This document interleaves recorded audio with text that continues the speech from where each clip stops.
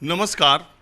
उत्तर प्रदेश में पहले चरण का चुनाव जिन सीटों पर हो रहा है उसमें सबसे ज़्यादा सन्नाटा अगर कहीं है तो वो मुरादाबाद की लोकसभा सीट है। इसकी वजह यह है कि 50% से ज़्यादा अल्पसंख्यक मतदाता होने के बावजूद यहाँ से जो सिटिंग सांसद समाजवादी पार्टी के डॉक्टर एसटी हसन, जो कि मुरादाबाद के प्रख्यात डॉक्टर भी हैं और मेयर भी रहे और 5 साल एमपी रहने के बाद उनको टिकट मिला था, बाद में उनका टिकट कट गया, दोबारा तिबारा फिर मिला, लेकिन तब तक बहुत देर हो चुकी थी, वो समाजवादी पार्टी के प्रत्याशी के तौर पर नामांकन नहीं कर पाए। दूसरी तरफ भारतीय जनता पार्टी ने कुंवर सर्वेश सिंह को अपना उम्मीदवार बनाया है, जो अस्वस्थ चल रहे हैं। 2014 में वो चुनाव जीते थे, लेकिन अभी अस्वस्थता के चलते चुनाव में उतने सक्रिय नहीं है। इमरान सैफी को बीएसपी ने यहाँ से उम्मीदवार बनाया है। वैसे तो मुकाबला आमने सामने का उत्तर प्रदेश की 80 सीटों पर होने की उम्मीद है, लेकिन बीएसपी उसको त्रिकोणीय संघर्ष बनाने में लगी है। एसटी हसन साहब हमारे साथ मौजूद हैं, मुरादाबाद के सिटिंग सांसद। 2019 में 5 लोग भारतीय समाजवादी पार्टी से संसद पहुंचे थे, जिसमें मुलायम सिंह, अखिलेश यादव, 2 फैमिली के लोग हैं, और आजम खान जो कि बहुत पुराने नेता, कई बार विधायक और एमपी रहे, और इसके अलावा शफीकुर रहमान बर्क संभल से जो चौथे जीते, वो भी 5 बार सांसद रहे थे। जो पहली बार समाजवादी पार्टी से सांसद बन के पहुंचे एसटी हसन साहब, इन मेयर से एमपी बनने का इनका सफ़र था और इनका टिकट कट गया, जिसकी वजह से बहुत चर्चा मुरादाबाद सीट की हुई कि आखिर ऐसा कैसे हुआ। अब मैं एसटी हसन साहब से कुछ सवाल पूछता हूँ।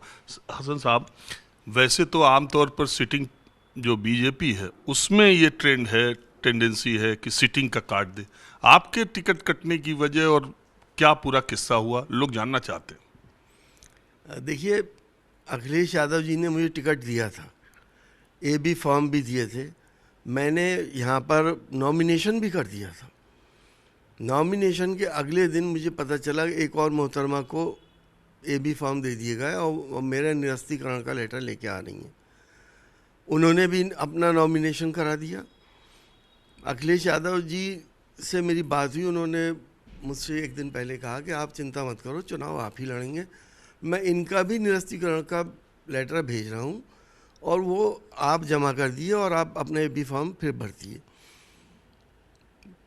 वो मैंने अखिलेश यादव जी से कहा कि टाइम ज़्यादा नहीं है, लास्ट डे है कल, मैं गाड़ी भेज देता हूँ। वो बोले कि नहीं, आप गाड़ी मत भेजिए, मैं चार्टर्ड प्लेन से आपके और रामपुर के पेपर्स भेज रहा हूँ। चार्टर्ड प्लेन भी आया, अपने टाइम पे आया, लेकिन यहाँ के कुछ लोकल नेता जो बाहरी नेता हैं, उन्होंने लखनऊ से आए हुए लोगों को ट्रैप कर लिया और वो रामपुर ले गए। रामपुर में देर करते रहे। 3:02 पे उन्होंने मुझे व्हाट्सएप मैसेज करा कि आप डीएम साहब से बात कर लें, हम पेपर लेके आ रहे हैं, इसे एक्सेप्ट कर लें और आपका नॉमिनेशन दोबारा एक्सेप्ट करा जाए। लेकिन क्योंकि 3:02 हो गए थे तो डीएम साहब कैसे एक्सेप्ट करते। इस देरी में कोई कॉन्स्पिरेसी हुई या किस वजह से हुई, ये आप और मैं अच्छी तरह समझ सकते हैं कि इस तरह से एक साजिश रच के मुझे मैदान से हटाया गया। असल में डॉक्टर साहब को जब टिकट मिला उसके कुछ दिन के बाद रुचि वीरा, जो बिजनौर की हैं, वो मुरादाबाद की नहीं है, समाजवादी पार्टी की विधायक रही है, उनको टिकट अनाउंस हुआ। उसका विरोध जब मुरादाबाद में हुआ तब अखिलेश यादव ने फिर बोला कि रुचि वीरा के बाद डॉक्टर हसन चुनाव लड़ेंगे। डॉक्टर साहब, और मतदान नॉमिनेशन का अंतिम, डॉक्टर साहब, जो मुझे पता चला वो ये कि नरेश उत्तम पटेल चार्टर्ड प्लेन से आए थे और रामपुर के इमाम साहब को यहीं मुरादाबाद में उतर के उन्होंने वो लेटर आपको नहीं दिया, वो लेटर लेकर चले गए रामपुर। इसके जब वो लेटर अखिलेश यादव की साइन का था कि एसटी हसन होंगे, फिर आपको क्या लगता है प्रदेश अध्यक्ष ने ऐसा क्यों किया? वो यहाँ के एक और नेता हैं, बाहरी नेता हैं, विधायक भी हैं, मुझे लगता है उनका दबाव ज़्यादा था कि अखिलेश यादव जी को तो हम समझा ही देंगे, बेहतर यह हैगा कि एसटी हसन साहब ना लड़ें आपसे चुनाव। मुझे ऐसा लगता है, लेकिन देखिए कंफर्म तो कुछ भी नहीं है। जब कंफर्म होगा तो मैं नाम लेके भी आपको सब कुछ बता दूंगा। ये चुनाव के बाद अखिलेश जी से मैं खुद मुलाकात करके सारे डिटेल निकालने की कोशिश करूंगा। मैंने सुना मैं इसलिए ये सवाल पूछ रहा हूं कि जावेद अली राज्यसभा सांसद हैं, इस इलाके के समाजवादी पार्टी के बहुत निष्ठावान कार्यकर्ता हैं। आपका टिकट जब कट गया और रुचि वीरा को मिला तो उन्होंने एक ट्वीट किया था जिसमें लिखा था कि रामपुर नवाबों के समय में भी रामपुर कभी, अब मुरादाबाद कभी रामपुर के अधीन नहीं रहा, आज है। इसका क्या मतलब? देखिए, अब आप मुझसे कहलवाना ही चाह रहे हैं, तो आज़म खान साहब की हो सकता है भूमिका रही हो इसमें। रुचि वीरा जी आज़म खान साहब की बहुत करीबी लेडी हैं और वक्तन फ़वक्तन उन्होंने आज़म भाई का साथ भी दिया है हर तरह से। तो ये शुबा सभी को हुआ, आपके मीडिया को हुआ, तमाम चैनलों पे इस बात को चला कि आज़म खान साहब ने मेरा टिकट कटवा दिया। लेकिन जब तक कंफर्म ना हो तो ऐसे कैसे हम कह दें। हालांकि जावेद अली ने वो ट्वीट फिर बाद में डिलीट कर दिया। हाँ, वो डिलीट उनसे करवाया गया तो उन्होंने कर दिया। जावेद अली खान साहब और पूरी पार्टी, प्रोफेसर राम गोपाल जी, शिवपाल जी, अखिलेश जी, उनका पूरा परिवार तो मुझे ही चाहता था। वो मुझे मालूम है, पूरी पार्टी चाहती थी और आपका टिकट उस दिन नहीं हो पाया। इसका दुख बहुत लोगों को था कि आखिर में जब लेटर आया था तो वो लेटर रामपुर क्यों गया और रामपुर से आपको व्हाट्सएप क्यों भेजा गया, वो भी 3:02। मुझे डॉक्टर साहब ये खबर, मैं आपसे जो जानकारी, आपके पार्टी के बारे में थोड़ा बहुत मुझे जानकारी रहती है, मुझे ये पता चला कि इन चुनाव से 5 महीना पहले से जेल में बंद आजम खान साहब से आप मिलने की कोशिश करते रहे, लेकिन उन्होंने आपको वक्त नहीं दिया मिलने का। जी, मैंने 3 बार कोशिश करी, जेलर से ये बात करी, क्योंकि मैं एमपी हूँ, अभी भी हूँ। मेरा प्रोटोकॉल है कि मैं डीएम से कह के जेल में जा सकता हूँ। तो जेलर ने ये कहा कि साहब अगर वो जेल में भी नहीं मिले तो क्या होगा। तो जब वो मिलना ही नहीं चाहते थे तो मैं कैसे मिल लेता, इसलिए मैं फिर गया भी नहीं। क्या वजह रही, क्यों नहीं मिलना चाहते थे, इसके बारे में, हालांकि जब वो जेल से छूट के आए थे तो यहाँ पे इसी कुर्सी पे बैठे थे जहाँ आप बैठे हैं, मेरे पास भी आए थे, कोई ऐसी बात भी नहीं थी। लेकिन देखिए, ऐसा होता है कि बड़े नेताओं का थोड़ा दरबारी सिस्टम होता है। दरबारी ये देखते हैं कि जो सामने कुर्सी पे बैठा है उसका क्या मिजाज है, उसी हिसाब से वो तालियां बजाते हैं, तो वो शुरू हो जाते हैं लोग। और बड़े नेता कच्चे कानों के होते ही हैं, तो हो सकता है किसी ने कोई गलतफहमी डाल दी हो उनके दिल में। अभी हम लोग गुफ्तगू कर रहे हैं तो मेरी निगाह आपके ये ड्राइंग रूम में मुलायम सिंह यादव के जस्ट बगल में आपने अपने ड्राइंग रूम में आजम खान का फ़ोटो लगाया है। मैंने आपका दफ्तर देखा, वहाँ भी आपने आजम खान का इतना बड़ा फ़ोटो अभी तक लगाया है और पीछे उधर राम गोपाल जी है, अखिलेश यादव है। आजम खान आपके ड्राइंग रूम से लेके ऑफिस तक में सब में अभी भी मौजूद है। आपका टिकट कटने के पीछे एक शख्स सुबह अगर उन पे जाती है। लेकिन ये भी बात तो डॉक्टर साहब है कि पिछली बार जब समाजवादी पार्टी का उम्मीदवार घोषित हुआ तो आजम खान साहब ही एसटी हसन को अपनी जिद से टिकट दिलवाए डॉक्टर साहब को। ये भी तो सच है। ये भी बिल्कुल सच्चाई है कि इन्हीं की वजह से मुझे पिछला टिकट मिला था और मैं उसका एहसानमंद हूँ।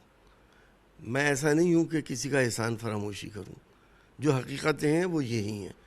अब आगे क्या हुआ, क्या प्रॉब्लम हुई, आज़म खान साहब बहुत बड़े नेता हैं और ये भी मुझे मालूम है कि मुस्लिम मासिस में उनका बहुत बड़ा प्रभाव है। मुसलमान की बात भी करते हैं और एक यूनिवर्सिटी भी उन्होंने बनाई है। मेरे भी वो आइडियल थे। क्या मतलब अब है कि नहीं, ये तो अब जब कंफर्म होगा कि उन्होंने मेरा टिकट कटवाया बिला वजह, तो फिर कैसे आइडियल रह जाएंगे। तो डॉक्टर साहब मैं ये जानना चाह रहा हूँ कि आखिर संसद में तो देखिए नेताजी तबीयत खराब हो गई, वो आते जाते नहीं थे।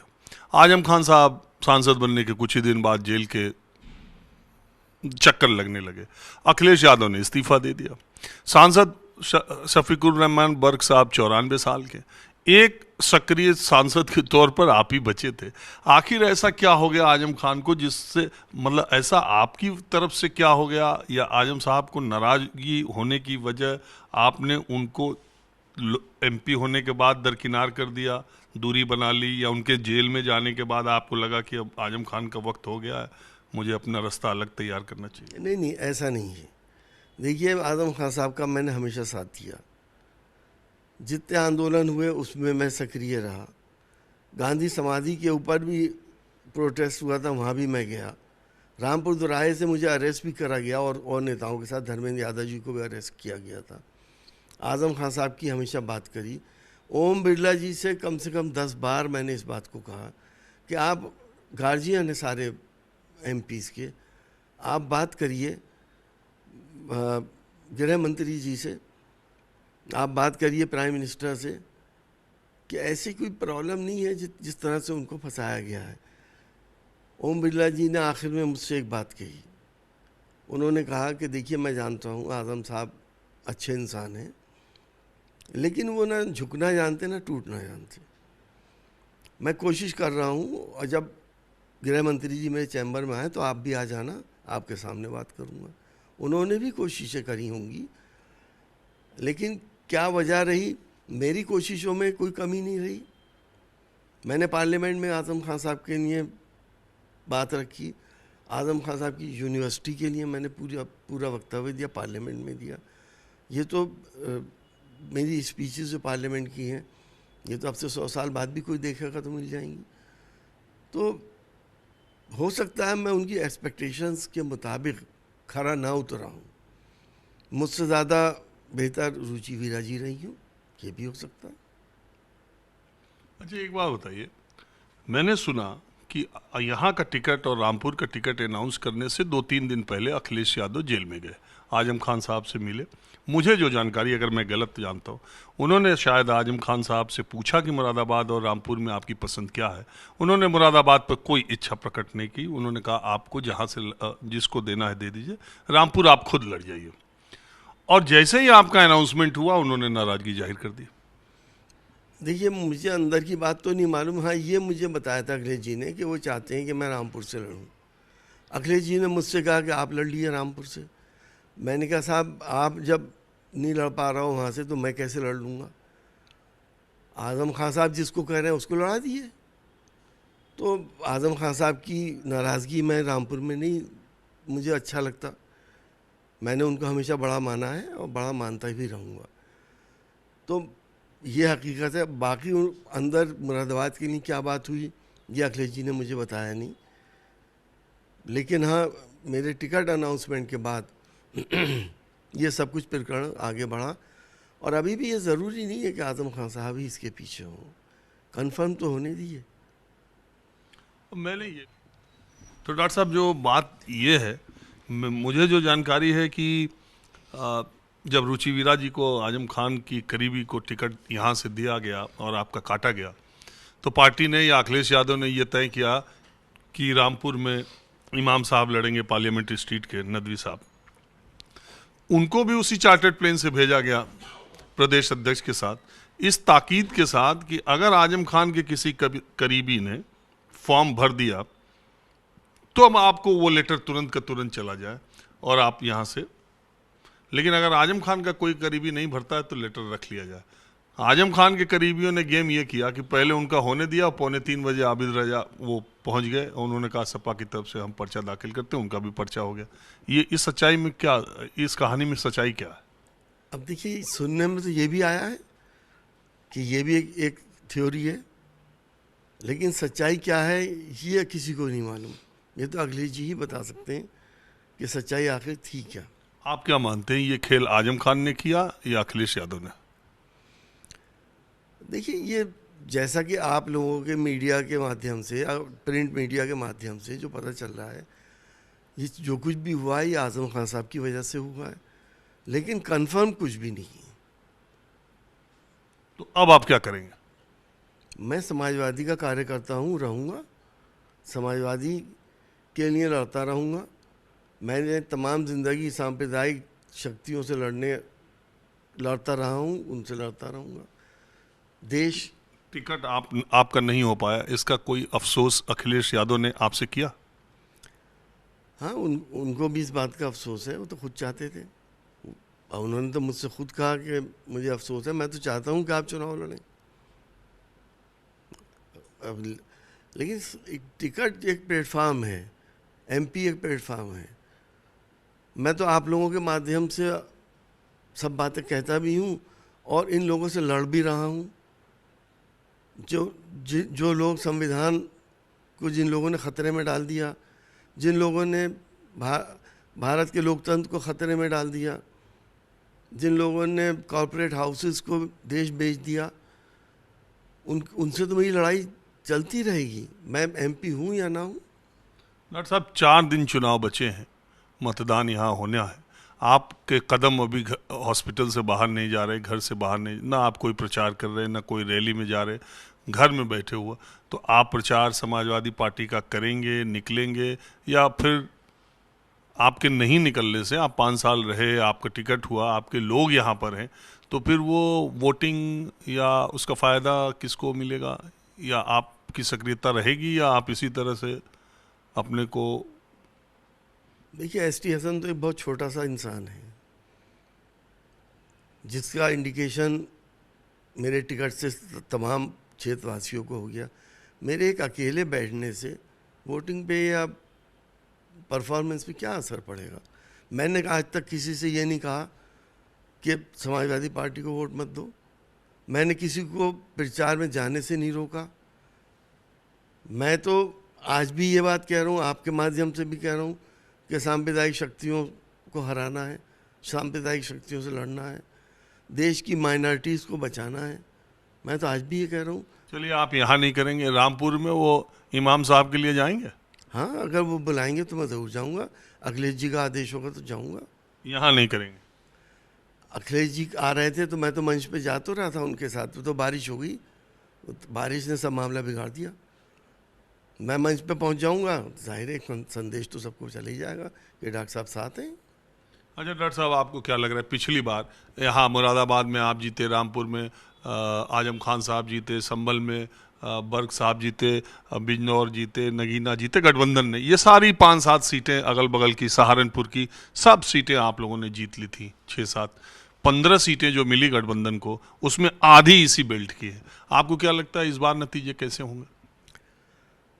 इस बार देखिए, कहीं ना कहीं डिससेटिस्फैक्शन टिकट्स को लेके है, और हमारे जो पब्लिक है उसमें 20 से 30% बहुत भोले भाले लोग होते हैं। वो ये नहीं देखते कि साहब देश का क्या हो रहा है, राजनीति में क्या हो रहा है, सांप्रदायिकता का क्या हो रहा है। कहते हैं यार हमारा आदमी को टिकट नहीं मिला, हम नहीं दे रहा वोट। वो बहुत भोले भाले जो लोग होते हैं, बहुत एजुकेटेड भी नहीं होते वो। नहीं तो आप मानते हैं कि ये चुनाव कैंडिडेट्स पे हो रहा है या नरेंद्र मोदी को हटाने और लाने के लिए हो रहा है? देखिए, नरेंद्र मोदी को तो हटाने के लिए पूरा अपोजिशन लड़ ही रहा है, लेकिन कैंडिडेट का भी कहीं ना कहीं प्रभाव तो होता है, तो आप भी जानते हैं। कैंडिडेट को अगर आप बहुत अच्छा कैंडिडेट जहां आता है, उसे कुछ करने की ज़रूरत नहीं थी, जीत जाता है। बाजी जगह मेहनत करते करते चप्पल घिस जाते हैं तो भी नहीं जीतता। चलिए, आपने बात की, इसका बहुत शुक्रिया। शुक्रिया बाबू। ये थे डॉक्टर एसटी हसन। आज की बातचीत में बस इतना ही।